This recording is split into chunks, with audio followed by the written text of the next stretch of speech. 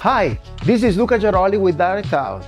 Today we are introducing a new training course called From Zero to Show, and it's about direct out smart audio platforms managed and powered by Globcon. Those are chapters coming from a training course really happened in Canada a bunch of months ago, still absolutely valid in terms of content. And it is about how to create a festival template from scratch. You have to do that in order to manage your festival? No. You can download Globcon for free in the link in the description, and you can start using immediately the festival template. But the training course is all about how to create that from the scratch. In that way, you can really understand chapter by chapter all the way through from zero to show how to create and customize the performances of your smart audio platforms from Direct Out powered by Globcon. The training course has been made when the real smart audio platform available was the Prodigy MP, which is still the case.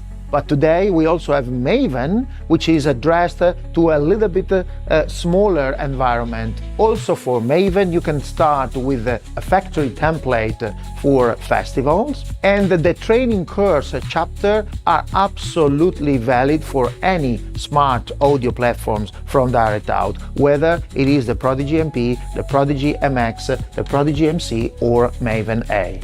Enjoy the training and give us feedback in case you liked it.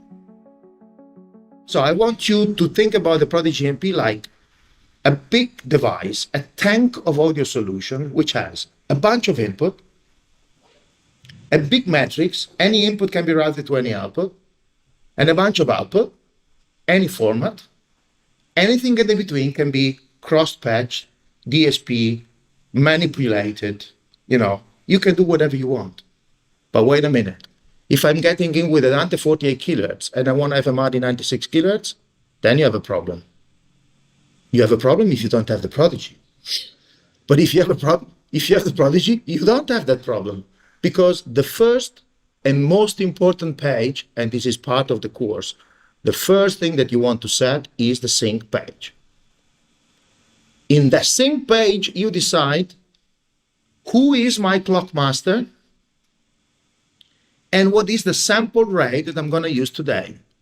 Since, once again, the Prodigy has not been designed for broadcast live or anything, therefore, you must be free to decide to work from 44.1 all the way up to 192 kHz. And guess what? This device has been designed by Stefan Flock, the guy which only think about uncompromised audio. So do you think that Stefan could have designed a system which is giving up some channel count at 192 kHz? No way. So if I tell you that you have 32 flex channels, you have 32 flex channels, no matter if you're running at 44.1 all the way up to 192 kHz. If you have 32 FIR plugins, you have 32 FIR plugins from 44.1 all the way up to 192, and so on and so on. So everything is dimensioned in the way that you always have the full power, no matter what is the sample rate. It's a decision, right? We might want to change that in future when we come up with different skin, which means that you want to load a different booting system because you want to maximize the usage. You know that you're not going to use 192 kHz, and therefore you want to have the double of the FIR plugins, but you're happy to work at 96 kHz.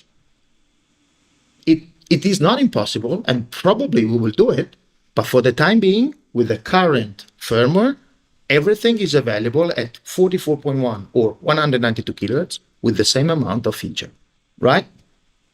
That is the status of today. There's only one downside working at 192 kHz, and this is something that we cannot change. If you connect the MADI at 192 kHz, guess what? You only have 16 channels, but that's a limitation in the MADI side, not in the Prodigy. If you are connecting Dante at 192 kHz, you only have 12 channels. I do not even know why not 16, at least but it's a strange math there. But for sure, Ravenna is 32 channels instead of 128, because you cut by the half by the time that you get to 96, another by the half. if you double the number of the information. But we cannot do anything against that. It's the media which is reduced in space because of the limited bandwidth, but not the Prodigy in terms of DSP power, channels and plugins and summing buses, matrix pixels and stuff like that. So here, it seems that I decided to get the clock from the network number 2. Important. We recently, I do not know how much recently, but if you go to the settings and you go to the slot, you can give a friendly name to the several slots that you have inside. So instead of net 1 and net 2, which is okay, but doesn't remind me which kind of network, I better say Dante and Ravenna, for example. So when I get back to the sync, I know that now I'm getting the clock reference from Ravenna. The blue LED is the color coding for the current clock master.